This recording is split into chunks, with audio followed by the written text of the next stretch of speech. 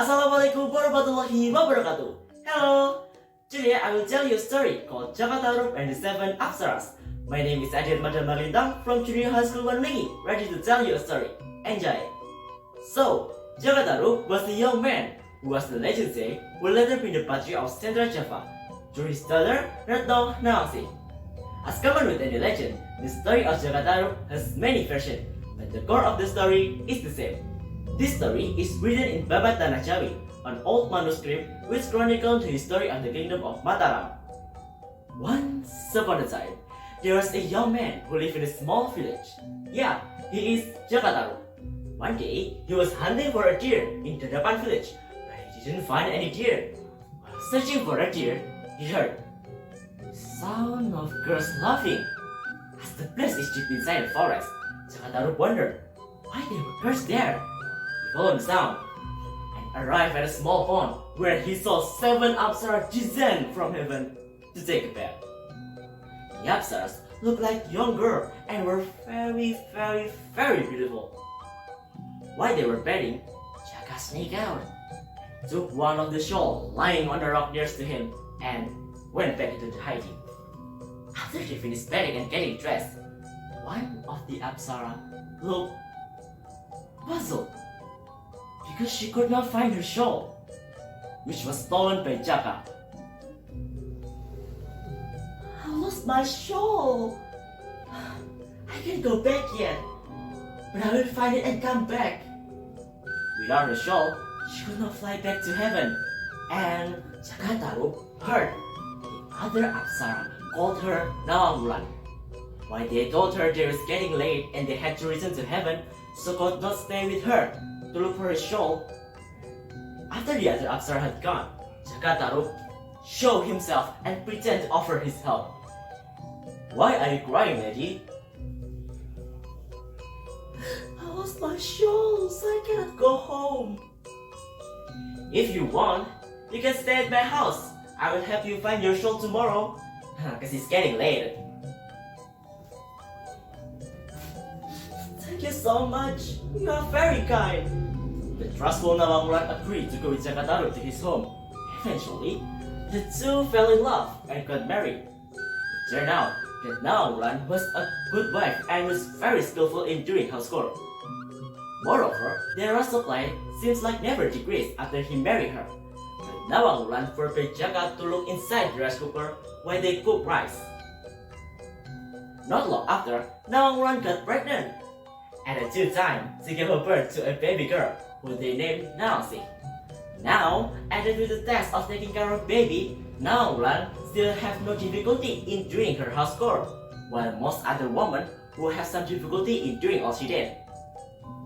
Feeling very curious about all of this, Jaka tried to find out what her secret. He opened the lid of the rice cooker and looked inside it. He found out that Nawang Wulan only used one single grain of rice to cook inside of full rice cooker. Now he knew why the rice supply was never decreased. Nawang Wulan used her Apsara power to do housework. But something happened after Jaka peeked inside the rice cooker. Nawang Wulan began to have various difficulty in doing her housework. Moreover, the rice supply began to decrease. Nawang Wulan had lost her Apsara power and became an ordinary human being. When the rice supply nearly used up, Nawang Wulan unintentionally saw her old shawl lurking from below the rice supply. She found out there is Jaka who stole her shawl all along, which meant she couldn't go back to heaven. And now she had found her shawl, she decided to return to heaven. Jaka pleaded her not to leave, but her decision was final.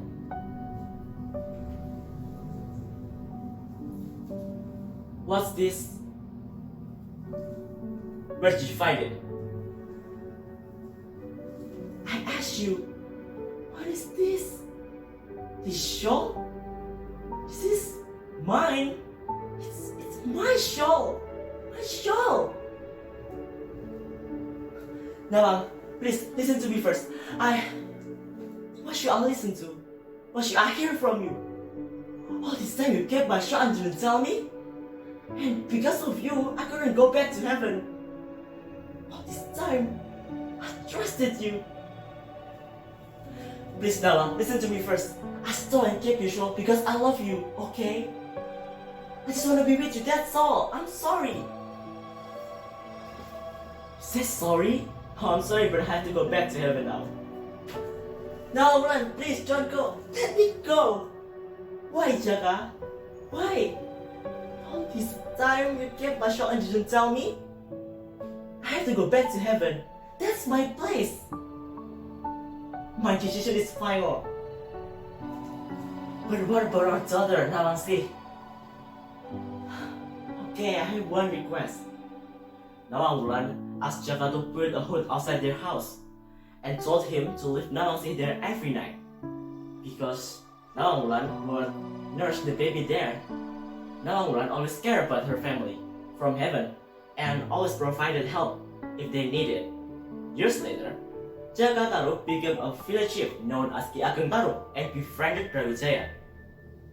Nawang Si was later married to Brawijaya's son, Lembu Betang, who have a baby boy named Ki Ketas Pendawa, who had a son, Ki Ageng Selo, who was